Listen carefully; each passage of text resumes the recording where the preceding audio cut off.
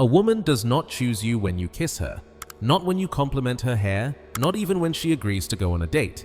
Her choice is made long before that, sometimes in minutes, sometimes in seconds. And the unsettling truth is, she could not explain it even if she tried. But her body knows. Her body always knows.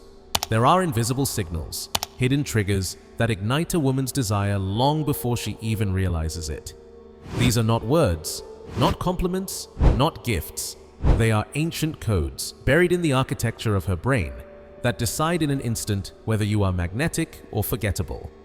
Carl Jung said, "The body carries truths the mind has not yet spoken." And neuroscience has now confirmed it. Within 0.2 seconds of seeing you, her amygdala, the fear and desire center of the brain, fires like a lightning strike, deciding whether you are a threat, a protector, or a man worth surrendering to. Her body reacts first. Her pupils widen, her breathing changes, her skin becomes charged with electricity. And here is the shocking part. This reaction happens even if she does not want it to. Freud believed that desire is never born in the conscious mind. It erupts from the id, the raw animal part of the psyche, which means this decision is not moral, not logical, not even personal. It is biological. This is why a woman can say she wants a nice guy, but find herself drawn to someone who disrupts her peace. Her subconscious is scanning for something deeper: emotional strength, unpredictability, danger wrapped in control. Nietzsche once warned, "One must still have chaos in oneself to give birth to a dancing star." And that is what she senses, not the man who plays safe, but the man who carries just enough chaos to wake up her sleeping instincts. The most fascinating part? She will never be able to explain this to you. Ask her why she feels pulled toward a man, and she will give you a story, but that story is invented by her rational mind after the choice has already been made. You are not about to learn tricks. You are about to learn how to influence that first, silent decision, without begging, without chasing, without proving a thing. Because the truth is, the man who understands these hidden switches stops competing for her attention and starts bending her attention around him. He becomes the calm center in the storm. The man who does not need to speak loudly because the entire room is already tuned to his frequency. And this is why some men remain burned into her memory for years, while others vanish the moment they leave. Today, you will see why. Not with recycled dating tips, not with cheap tricks, but with something far more dangerous. A psychological mastery over the part of her that she herself does not control. She will not understand why she wants to be with you, but you will know exactly what you did to provoke it. This is the first trigger, the gaze and the calm. Attraction is not born in the noise, it is born in the space you hold. Most men ruin this without realizing it. They rush to fill every moment, their words spilling out, their laughter too loud, their movements too quick, as if they are afraid she will disappear if silence dares to fall between them. But the man who understands this trigger moves differently. He slows the world down. His gaze is unhurried, not aggressive, but anchored, like a man who has nowhere else to be. And this is where Jung's shadow enters the room. Your gaze is not just eyes meeting, it is your entire unconscious energy confronting hers. Women feel this. They may not explain it, but they can sense when a man is not hiding from himself. When he is not seeking approval, not covering his insecurity with fake smiles, but simply exists, fully, unapologetically. Schopenhauer called this the will to live made visible, a presence that radiates so strongly that others instinctively orbit around it. Imagine this: you are seated across from her. The room is filled with conversation, glasses clinking, a hum of background noise. And yet, when you look at her, you do not fidget. You do not rush. You do not look away nervously. You let your gaze settle, not staring her down, but holding her attention just long enough to send one clear message: I see you. This is the moment her mind begins to work against her, because the brain cannot resist completing unfinished patterns. When you hold that calm, she starts imagining what you are thinking, and her imagination is far more powerful than anything you could say out loud. This is the first psychological shift. She moves from analyzing you to imagining you, from testing you to picturing you. And imagination is where desire begins. This is why the calm, anchored man is more magnetic than the over-eager one. He is not signaling, "Please choose me." He is silently saying, "I have already chosen myself, and that is enough." and women feel it. They feel it in the nervous flutter in their chest, the sudden awareness of the space between you, the faint quickening of breath. And in that moment, the first spark is lit. In those seconds of silence, the most intense attraction is born. In those seconds of silence, the most intense attraction is born. But here is the paradox. Most men cannot handle this silence. It terrifies them. They think, if I do not speak, she will lose interest. So they rush to fill the void, throwing out jokes, compliments, anything to stop feeling the weight of that empty air. But that emptiness is not your enemy, it is your ally.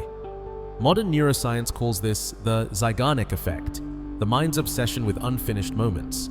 When you create a pause on purpose, her brain lights up like a signal flare. Dopamine, the chemical of desire, spikes in her bloodstream.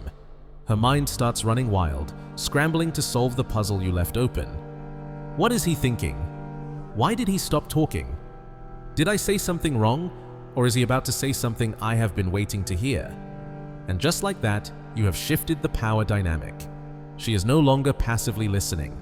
She is actively searching, reading every micro-expression, every flicker in your eyes, every subtle movement of your mouth. Her body begins to mirror yours. Her breathing unconsciously slows to match your calm rhythm. Mirror neurons in her brain fire, syncing her state with yours. This is why masculine calm is so magnetic, because it pulls her nervous system out of chaos into your frame. Imagine this scene. You are sitting across from her in a quiet cafe. She is talking, laughing, filling the space. And then you shift. You slow your breathing, you lower your tone, and then you stop. Not because you have nothing to say, but because you choose to stop. Your gaze stays steady, anchored. You do not flinch. You do not look away. The silence stretches. It grows heavy, but not threatening, like a storm waiting to break. She feels it in her chest. Her pulse quickens. Her smile fades. Not in rejection, but in concentration. Her body betrays her. Her pupils dilate. Her lips part slightly. Her breathing changes. Her body leans a fraction closer, a movement so subtle she may not notice it herself. And this is the secret. You do not rush to rescue her from that tension. Because tension is the cradle of desire. Anticipation is the fire that keeps it alive. Most men fail here. They panic, fill the space with nervous chatter, throw out a joke, change the subject, and break the spell. But the man who understands holds that silence. He lets her mind write the next scene in the story, and what she imagines is far more powerful than anything he could have said aloud. Picture a second scene. You are walking together at night. Streetlights glow faintly, the air is cool and quiet. You stop for a moment, you look at her. You do not speak. The world feels suspended. Cars pass in the distance, but in this small pocket of time, there are only two people alive, you and her. This pause is not empty, it is loaded. It is the moment just before lightning strikes, the breath before a confession, the stillness before a kiss. And when you finally decide to speak, your words land like thunder, because silence carved a space for them to echo in her mind. This is where attraction deepens, not with cleverness, not with endless words, but with space she can feel in her body. Space that makes her wonder, guess, and lean in closer without knowing why. Your hand brushes hers softly. Your hand brushes hers softly, almost by accident. And for a moment, the entire world pauses. This is trigger 3, subtle touch. The human body is an instrument, and every touch plays a note. Most men crash on the keys, pounding away until all they create is noise.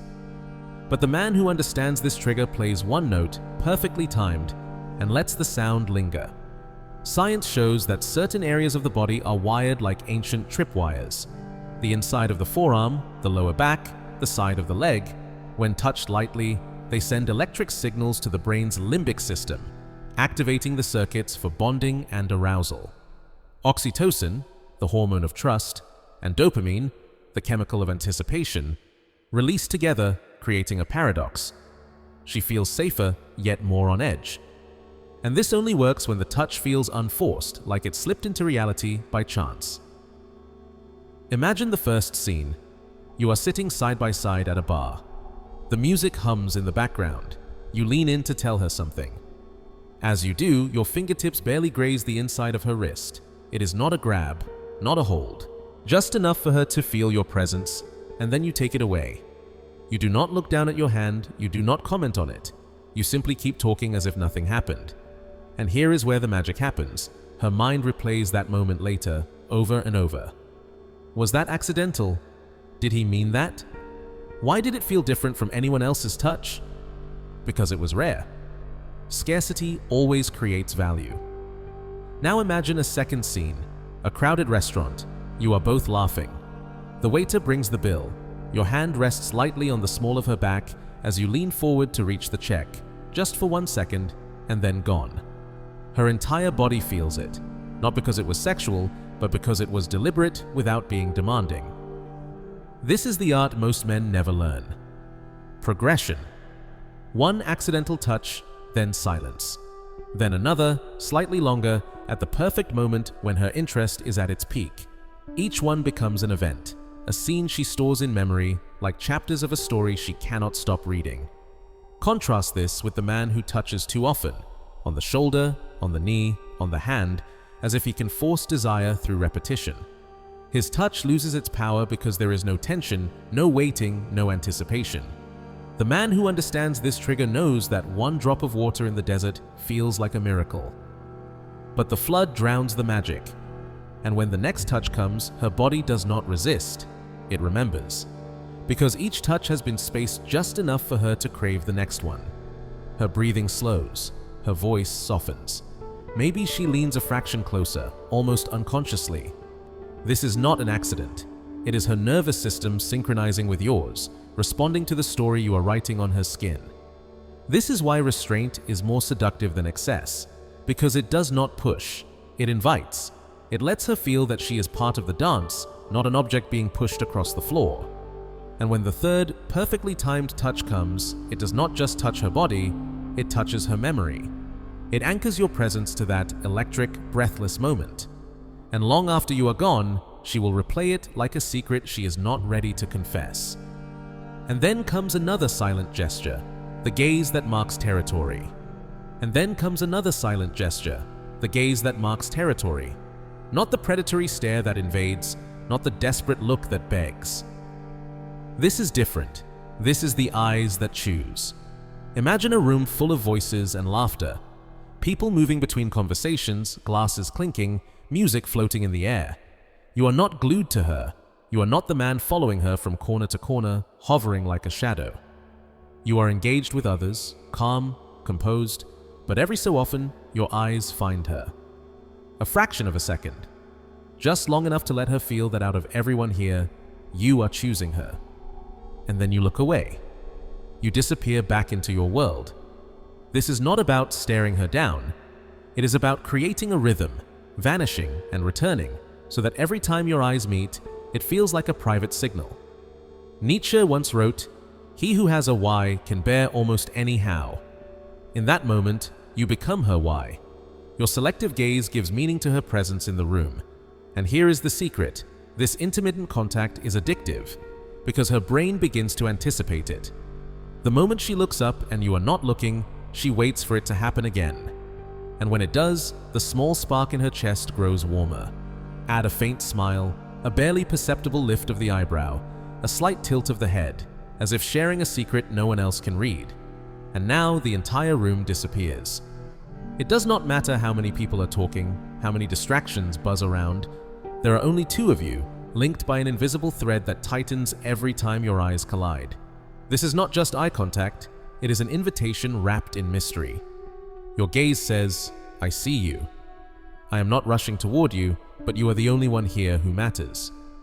This is what makes her lean in, not physically yet, but emotionally. Because women are not just drawn to men who see them, they are drawn to men who choose them selectively, as if no one else qualifies. And the beauty of this trigger?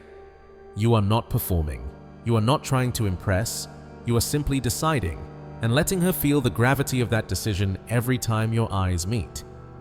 Knowing when to leave is as magnetic as any approach. Knowing when to leave is as magnetic as any approach. Most men stay too long. They ride the moment until the energy collapses, until the spark dims, until the magic turns into ordinary chatter. But the man who understands this trigger walks away at the peak. Picture the scene. Laughter is flowing. The eye contact is locked. The atmosphere is charged like a storm before rain. And just when it feels like the night could last forever, you stand. Not abruptly, not nervously, but with the calm of a man who knows the moment is already his. You say something simple, light, but unforgettable. I should go, but this was one of the best moments I've had in a long time. Then you let it hang in the air, no excuses, no justification, just a subtle smile, and you leave. And here is the science behind why this works. The Zeigarnik effect. The human mind cannot stand unfinished endings.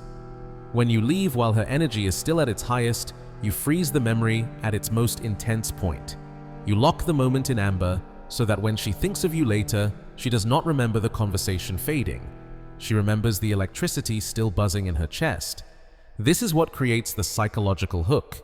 It is not neediness, it is not manipulation, it is strategy, because now her own body will demand to finish the story you left open. She will replay your last words in her head. She will feel that absence as tension, and that tension will build until she finds a way to see you again.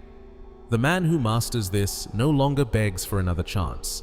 He no longer waits for permission. He creates the gravity that pulls her back into his orbit. And that is why the exit is not the end of the interaction. It is the beginning of the next one. That emptiness is the hook that will make her seek you again. That emptiness is the hook that will make her seek you again. And when she does, it will not be because you chased her. It will be because you chose the perfect moment to disappear, when her energy was at its highest, when she most wanted you to stay. This is the beginning of mastery. She is present, alert, almost glowing. Every gesture, every word, holding the entire room in suspension. And then, you choose to end it. Not like someone escaping rejection, not like a man who has run out of things to say, but like someone who knows the mark has already been made and that leaving now will make the memory eternal. You leave her with a single line, a line that will echo in her chest. I have to go, but this moment was something I will remember. And then you are gone. No long explanation, no hesitation. You let that sentence vibrate in the air long after you've walked away. Why does this burn so deeply into her memory? Because the brain hates incomplete endings. Neuroscience calls this the Zeigarnik effect. Unfinished moments haunt us longer because the brain keeps them open, circling them, replaying them until it finds closure. By leaving at the peak of the interaction, you freeze the memory at its most intense point. The amygdala, the emotional alarm system, and hippocampus, the memory architect, work together to burn it into long-term storage. That night, she lies awake, and the scene replays uninvited. The last look you gave her, the pause before you spoke, the words themselves, I will remember this, playing like a loop. And her body remembers too. Her pulse quickens. Her chest tightens as if you just left the room again. When she sees you next, you do not start over. You meet her at the exact emotional height where you left her, as if time itself froze between those two meetings. This is what separates the ordinary man from the unforgettable one. He is no longer reacting to her world. He is shaping it, no longer asking for permission, no longer seeking approval. He becomes the architect of the interaction, the man who decides when it begins, when it ends, and what remains unspoken. This is masculine sovereignty. It is not loud, it is not controlling, it is calm, measured, undeniable. You are no longer the boy chasing validation with nervous jokes. You are the man who holds the frame, sets the rhythm, and lets her lean into your world. And this calm power is irresistible, because it signals that your value does not depend on her reaction. It comes from within. It is suggestion, not invasion. It is mystery, not exhibition. If you use these triggers just to impress, to feed your ego, you will lose their essence. But if you use them to connect, to awaken curiosity, to build trust, to create space where she feels safe yet alive, you will never have to chase her again. She will seek you out. She will find excuses to be where you are. She will replay the story you started writing in her mind, wanting to see how it ends. Because what you awaken in her is no longer just attraction, It is obsession wrapped in mystery. Marcus Aurelius wrote, "The soul becomes dyed with the color of its thoughts." When you master these triggers, you stop thinking like the man who begs and start thinking like the man who chooses. And slowly, your very presence begins to dye her thoughts with your color. So I leave you with this. Which of these triggers have you already used? Perhaps by accident, without even knowing what you were doing? When was the last time you felt like you were playing with fire, but only now understand what flame you were truly lighting? Because now you know, fire, when mastered, does not merely give light. It leaves marks. It leaves scars she will carry, long after the night has ended, long after the words have faded. And that is the mark of the unforgettable man, the one who does not just pass through her life, but becomes a story she cannot stop telling herself. If this message struck a chord with you, do not let it stay just a passing thought. Subscribe, not for more noise, but for more knowledge like this.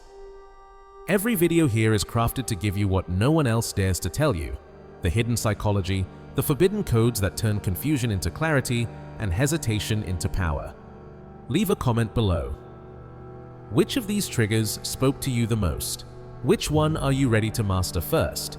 Because the conversation does not end here, it begins now.